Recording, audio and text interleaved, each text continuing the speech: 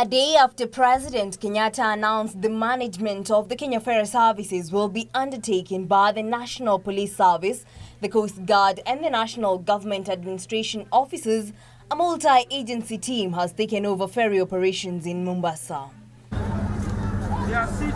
Coast Regional Commissioner John Elungata is saying security personnel will be stationed at both sides of the channel so as to ensure that passengers adhere to government directives on maintaining social distance as well as observe hygiene while crossing the channel that connects Mombasa Island to the mainland south. Boarding of ferries will only be allowed to pedestrians that have face masks or have covered their mouths with any form of clothing.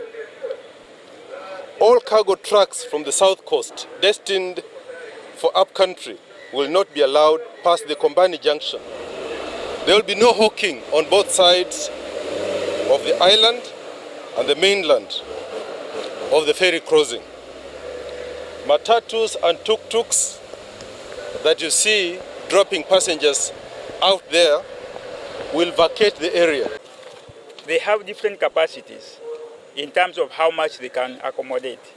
And those ones will be followed. They will be marked so that a person will stand in a position where the social distance is sustained and maintained. He said the multi-agency team will require to monitor the situation with a view to resuming normal services as soon as the situation normalizes.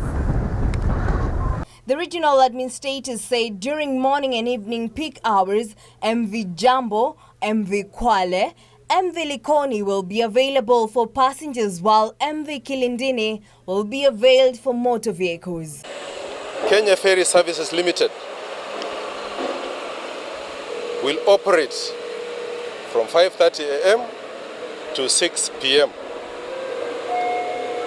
During peak hours from 6:30 a.m. to 8 a.m.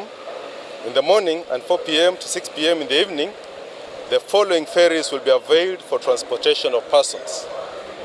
MV Jambo, MV Kwale, MV Likoni, MV Kilindini will be available for movement of motor vehicles only. Elungata says all cargo trucks from South Coast destined for upcountry will not be allowed to use the ferry but will be diverted at the Kombani junction in Kwale.